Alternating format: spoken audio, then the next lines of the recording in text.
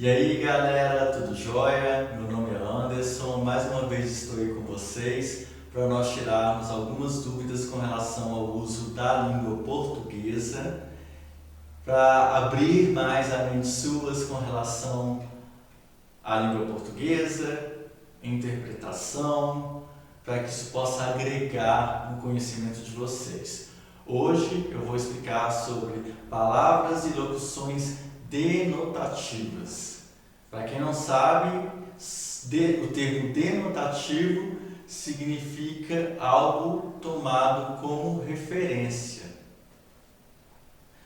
Então, as locuções ou palavras denotativas são palavras que não se enquadram em nenhuma das 10 classes gramaticais conhecidas.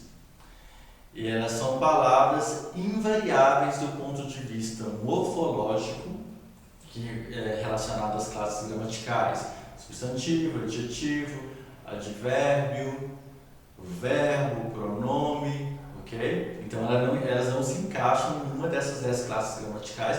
E do ponto de vista sintático, ou seja, quando elas são analisadas diretamente nas frases, elas não assumem nenhuma função, sendo apenas consideradas como expletivas, ou seja, para destacar algo, para realçar algo que eu queira dizer. Agora, no que diz respeito à semântica, para quem não sabe, semântica, quando se fala em semântica, a gente tem a ideia de significado. Então, no que diz respeito à semântica, elas são importantes no contexto em que são aplicadas. Ou seja, uma mesma palavra ou locução denotativa pode ser usada em frases diferentes, em contextos diferentes.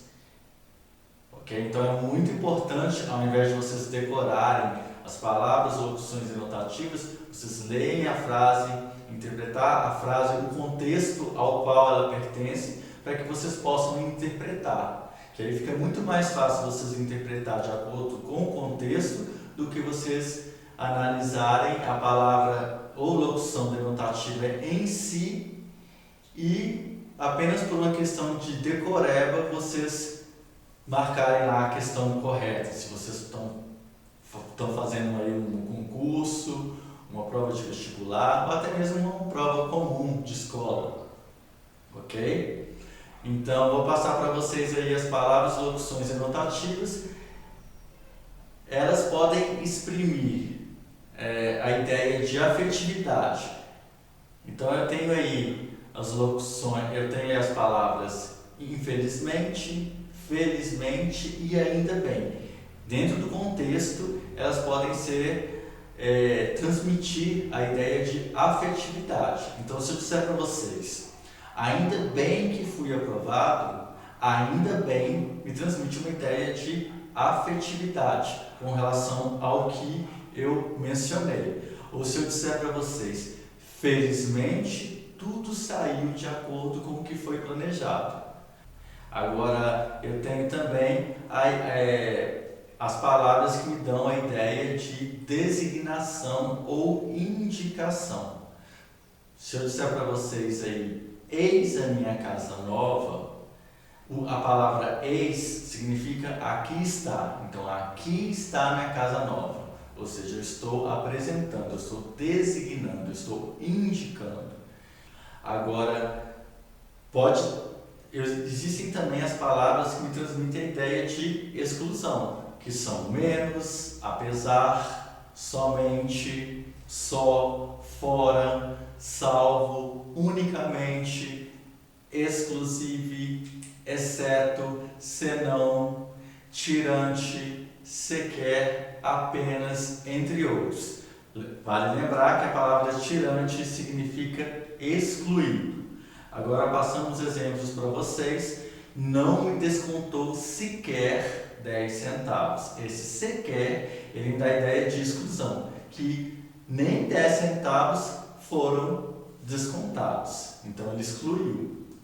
Agora um outro exemplo: todos voltaram, exceto meu tio. Ou seja, fora, menos, ou então salvo o meu tio.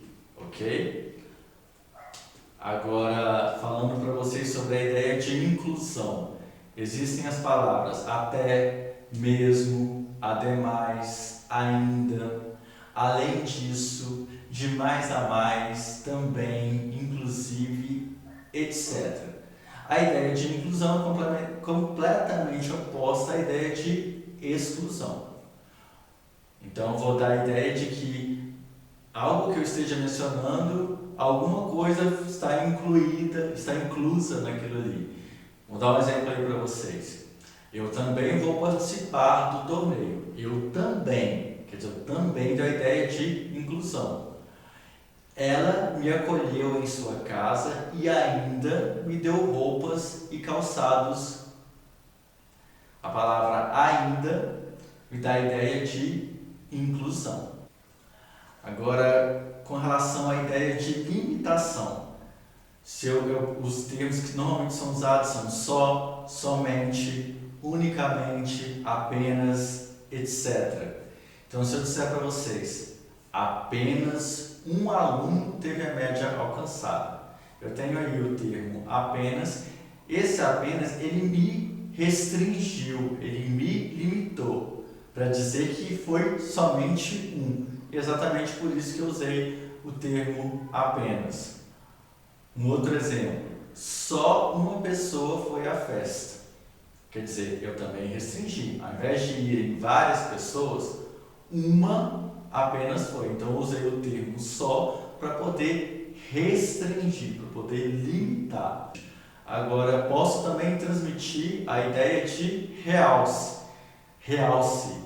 Existem os termos é que, não, cá, só, lá, não, sobretudo. Para quem não sabe, sobretudo significa especialmente. Já até postei um vídeo que fala sobre isso. Temos aí o termo mesmo, embora, mas, é porque, entre outros. Passando os exemplos aí para vocês. Se eu disser, e eles lá sabem resolver esse tipo de equação, o termo lá, ele foi usado para realçar. Eu poderia muito bem dizer simplesmente, e eles sabem resolver esse tipo de equação. Eu excluindo lá, ele não faz falta nenhuma. Mas ele é usado exatamente com o propósito de destacar, de realçar. Da mesma forma que se eu disser, ela é que se mexa. O é que é para realçar. Poderia dizer, ela se mexa. Ou se eu falar assim, olha só, eu poderia falar assim, olha, e eliminar o termo de destaque, de realce, só.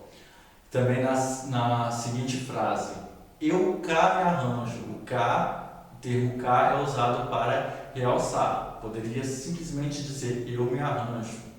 Então, esse é o propósito que eles têm na frase, de poder ressaltar, evidenciar algo na frase. Normalmente a gente usa esses termos na nossa linguagem do dia a dia quando a gente quer destacar algo que a gente quer falar para alguém. Isso acontece muito no nosso dia a dia, isso é muito típico da nossa linguagem coloquial, da nossa linguagem informal, ok? Agora, existem também palavras denotativas que dão a ideia de retificação. Retificar, para quem não sabe, significa corrigir. Então, os termos, as locuções isto é, ou melhor, aliás, ou antes, são usadas para corrigir algo que eu mencionei na frase. Vou passar os exemplos para vocês. Esteja aqui às 8 horas, ou melhor, às 9. Um outro exemplo. Aqueles dois eram japoneses, aliás, descendentes de japoneses, ok? As palavras ou locuções denotativas também podem exprimir a ideia de explanação ou explicação. Nós temos aí os termos isto é, por exemplo, a saber.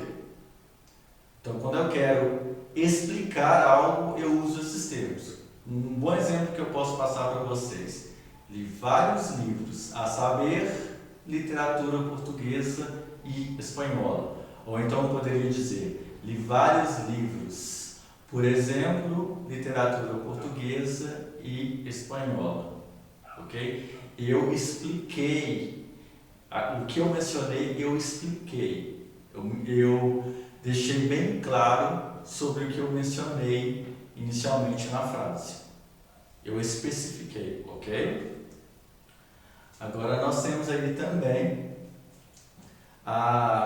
palavras enotativas que expressam a ideia de situação. Nós temos os termos então, mas, se, agora, afinal, entre outros.